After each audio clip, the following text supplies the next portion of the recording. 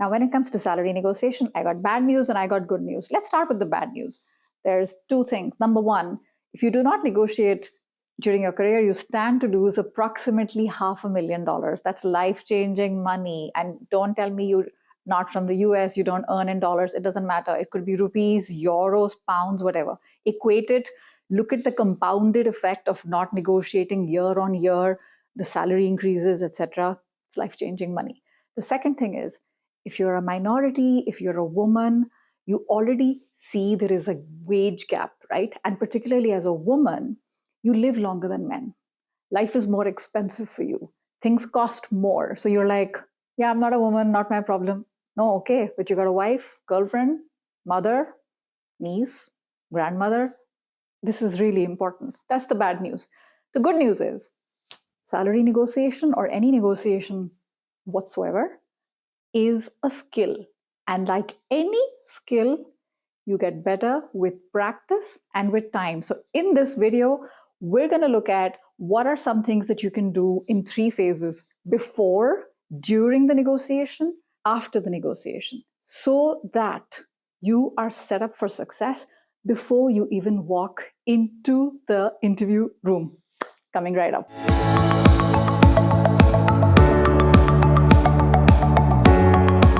Hey there, welcome back. My name is Sonal Behel. If we haven't met before, I am a former HR director and career strategist, and this is the channel on all things careers, how to supercharge your career so you find that role that you love, the career that you're proud of, and the life that you're proud of. If that's what you're about, just hit subscribe so we get to know each other a little bit and get that notification. Come on, hit that bell so next time I'm live or I have another video, you will know first. Now, let's get into the before part, right? Before negotiation, the first thing that you need to do is know yourself a little bit. You can't go into battle if you don't know what your strengths are and what your weaknesses are. Now, when it comes to negotiation, there are 5 distinct styles that have been proven again and again in terms of research. And I'm going to show you what they look like. Typically, you will have competing, collaborating, compromising, avoiding, accommodating. And you see the X and the Y axis. It'll be on a basis of assertiveness and cooperativeness. Assertiveness is, this is what I want and that's it.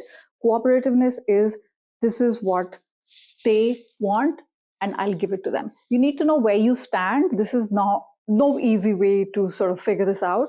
But the sooner you know this and the better you know this, it'll serve you more in the long run. So if you know you tend to get more competitive and people get a little bit turned off, then pull back a few steps. If you know you are too accommodating and you say yes to everything, then you're setting yourself up for failure when it comes to negotiation. At least you know where you are and where you start. The second thing we need to think about is the fear element. Let us talk about this elephant in the room. This is the number one reason people do not negotiate their salaries. There is a fear element, and I want to peel that onion a little bit more. Reason number one, we don't negotiate our salary is we have a fear that they will rescind. They will take the offer away if I try to negotiate. Can that happen? It's very rare, but it can happen. And it'll happen, I can tell you, in 3 specific circumstances. Number one, you ticked them off. Something about you, maybe that competing style didn't resonate with them and they decided this is not for us. The second reason could be force majeure, right? Something happened, a big thing, a pandemic, a recession, or literally a cyclone or something, and decided, okay, we're not hiring anymore. The offer's been rescinded. That was outside your control. The third one, that's a tricky one. And there is some research to prove that when it comes to negotiation and looking at offers and counter offers, there are a few cases where women tend to lose out when women are negotiating on their own behalf. Again, I said this is rare, but it can happen. So you want to be very careful when you're going in and you have an idea of whether it's going to work or not. And let me tell you, I know it's going to sound like sour grapes, but if someone takes the offer away because you tried to negotiate, it tells you something about the culture of the company. It's probably not a good fit, and they're probably doing you a favor and you're dodging a bullet, rather than find out 3 months, 6 months later that it's the culture or something about it doesn't resonate with you and you're pretty much miserable. The other reason why we don't negotiate salaries is we tend to think Yeah, if I ask for more, they won't like me, right? Oliver Twist syndrome, I call it. Please, sir, may I have some more? More? Well, we don't, thankfully, live in a Charles Dickens novel. And also, I think, the research shows, again, 81% of recruiters, research is always, the research that I quote tends to be more in the US, but take it with a pinch of salt. Take it in terms of what works for you and your style. The research shows that 81% of recruiters do expect you to negotiate, and they do have a little bit in their back pocket to be ready for that. So when that happens, they're not completely taken off guard. So take advantage of it. I can't tell you how many times I've spoken with recruiters. I've seen what recruiters post on LinkedIn, and I see things like, unfortunately, the person didn't negotiate. I could have offered more if I wanted to, right? This was the salary that was the base, but we had a little bit of leeway. Not everyone thinks that this is it, this is the highest amount, and we're not going to move. Sometimes it's flexible. Sometimes it's negotiable. You will not know if you don't ask. And the third fear that we have is they will say no. Listen, if you don't ask, the answer is no anyway. So you really don't stand to lose anything. So the one thing I will say when it comes to fear is there is no other way to say this. There's no other way to do it. You've got to punch that fear in the face with time, with practice, and move on. And you will be so much better for it, not just for salary negotiations, but how you approach life overall. Now, a very critical element before salary negotiations is preparation. And I can't tell you how many times I've seen people not take the time to do their homework and to prepare. And then when it comes down to it, they're like, oh, things didn't go my way. Oh, I'm so unlucky. No, I think luck favors the prepared. So when it comes to homework, I'm going to say three things. Number one, research what the salaries look like in your industry, in your function, in your geography, and also in your company size. You might have friends who work in consulting firms. They have access to that data, and that data changes, not hugely, but it does change every 1 to 2 years. So you want to get access to the most recent data that will be, very reliable. The other data, which is sometimes reliable, sometimes not, is online. You can check out Glassdoor. It'll give you a good place to start in terms of where you are in terms of the market and the median and the average. There's a bit of math here. And this is one of the reasons why people want to skip this process completely, because they think they've got it. I'm going to wing it. Please don't be that person. And another way you can get your research taken care of when it comes to online, you can also check out PayScale. There are some platforms which are useful, but they're US specific, so they're not very helpful. So salary.com or LinkedIn has salary information as well, but it's not available in all countries. One other resource that I can recommend is if you know friends who are recruiters. And if you don't have friends who are recruiters, I highly suggest you make those friends. They're very useful. You never know when you need them.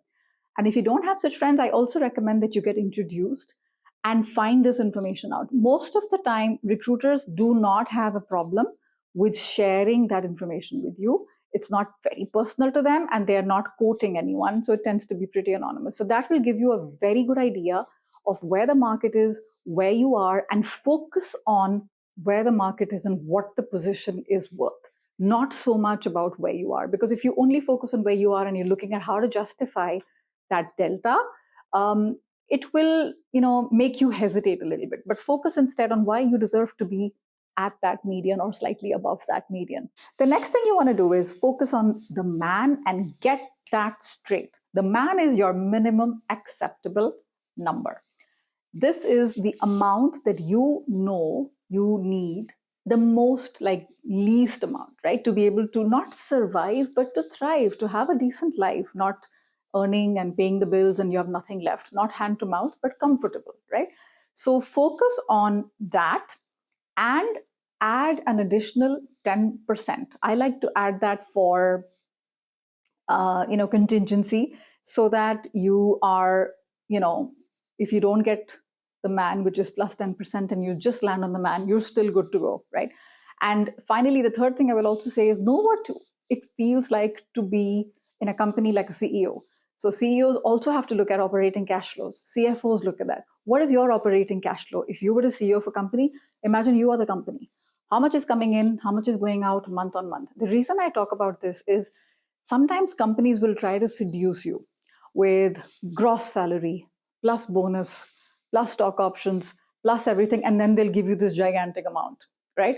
You want to look at what the net take home is. And that's one of the best practices I used to observe a lot when I lived in Chile. They called it the líquido, líquido, the liquid. How much is it going to mean? How much am I going to take home? You want to be able to get that. And if you don't have that, if you don't have any clarity on that, because they've only given like those big figures, gross or CTC, cost to company, ask them, request them if someone in payroll or accounting will be able to help you out to calculate the gross to net.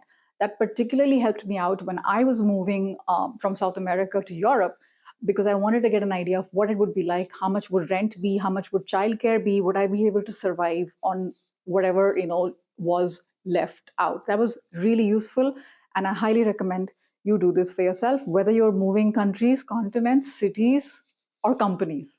All right, now we've got the before sorted, right? Now, as far as during the salary negotiation process is concerned, I want you to keep in mind a few things. Number one, you've got to keep in mind that you and the person on the other side of the table are on the same team. In general, that tends to be the case. The majority of the time, what I see in terms of advice is you're going in, it's a battle, it's you against them, somebody's out to get you, it's a zero-sum game. Not necessary. Most of the time, what they want to do is make sure you're happy with the offer you receive. You want to make sure you're happy with the offer you receive. So you have the same goal if you think about it. So don't approach this with a competition mindset. Approach this with a collaboration mindset of being on the same team together, because they are not interested in losing out. If you're getting the offer, trust me, you're the only person. It's very, very rare that they have 2-3 backups in place. They might have a backup, but they only make an offer to one. So they want to see this successful. They take ages to find the right person. I've worked in companies where they waited for 2 years because they didn't want to compromise, and the role was too important. So once you're there, they want to make it work as well, right? After all this time and effort and money that they've put into the recruiting process. So look at it from their point of view. Obviously, you've got your wants and needs, and find that balance and that teamwork spirit. The other thing you want to keep in mind is always, always, no matter what, be polite, be courteous. Yes, please. No, thank you. I have a question. May I know more about this? This is going to go a long, long way. The likability factor. They will want to help you. One person will have a liking towards you because of this perception that you're a nice person. They will bend over backwards to help you out. Trust me, this happens more often than you realize, as opposed to this is the way, this is the only way I want to do it. If that is the case, red flags can go out and be like, actually, you know what, we decided this is not the best fit, so we are taking the offer away. It can happen. And that was where we talked about that competitive type of combative type of a style, which we don't want. The politeness, the nice, the courteous, empathy, thanking them will go a very, very long way. And one more thing is, never ever, no matter how confident you are, never sign an offer immediately when you receive it. Never reject an offer immediately when you receive it. Always ask them for 24 to 48 hours minimum, so you can have your questions answered. You can talk to close friends and family and have an answer ready for them with your questions. Now, this is so critical, because when it comes to companies, how long do they take to come to a decision? Sometimes they keep us candidates waiting for days, weeks, right? Sometimes months. My goodness. I'm not saying do it because they do this to you. I'm not saying you spite them. But if they take this long, it's a big decision for them. It is also a big decision for you. You're going to be spending a lot of time at work, and you'd better be happy. So if this means you need to figure things out and sort it out internally, within your support systems, it is jolly well worth it. I have made this mistake. I talk about this in this video right here. Please don't do what I did. Take the time you need to come to a decision that makes the most sense for your life and for your career. The other thing to keep in mind is, if you have other offers, right, take advantage of them and leverage them. Now, be careful here, because I get this question a lot, and I get asked, hey, Sonal, so I have another offer. I'm a little scared to tell them about it because they might think, that I'm threatening them or anything. It's not necessarily true. It's how you say it, right? How you show it. You can say, yes, I have another offer and I'm actually considering your offer most seriously. But human nature is such that we always want something that we can't have. So if I know this candidate is actually being pursued by 2 or 3 other companies, then I will get my act together and make sure it goes faster. And if you want a little more of this or a little more of that, I'll give it to you because I'm scared. Otherwise, I will lose you. Now, be careful. You have to be honest. If you don't have another offer and you're just saying it, they may find out. I don't know. But do you really want to start a relationship based on dishonesty? I don't think so. It's not worth it. And the other thing to be careful of here is don't, shop around, because that is horrible and it might get you blacklisted. What I mean is, you got an offer from here, you got an offer from there, you got an offer from there. Now you're comparing them and you're shopping, right? My favorite pair of shoes. This is which one do I like? It's not fair to companies. I know companies will have candidates, etc. They have to do that, but there is a certain way of doing it the right way with the right ethics.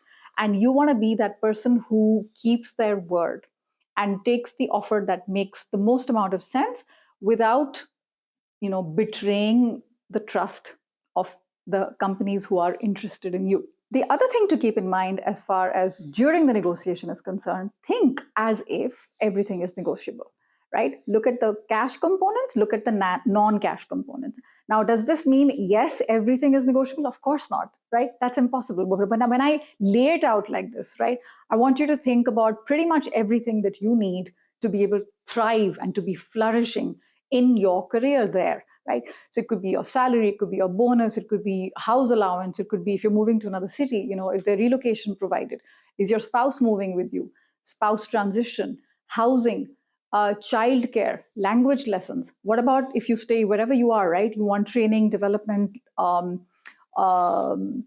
MBA courses. Now, it doesn't mean you say everything and you're like, I want everything, because nobody does that. Companies have to be mindful. They have a budget in place. But look at the ones that are most important to you. You can ask, and how you ask matters, but what's the worst that'll happen? They'll say, sorry, this one we can, this one we can't. Or they never thought about it and they'll think about it and say, yeah, we can do this. It's great. I love it when I see people stand up for themselves and especially people who are not used to asking, right? Because it's uncomfortable no matter how you think about it. It's uncomfortable to ask for what you want. But when you start doing it and you get positive answers, it's such a great feeling. One more thing I want to say is, as far as during is concerned, timing matters. So, closer to, like, you want to make sure you're doing all this negotiation once you have the offer on the table. And when you ask for a meeting, I highly recommend you ask for a meeting. You don't do this on email. Preferably, if it's virtual, then I highly recommend a virtual, like a video call.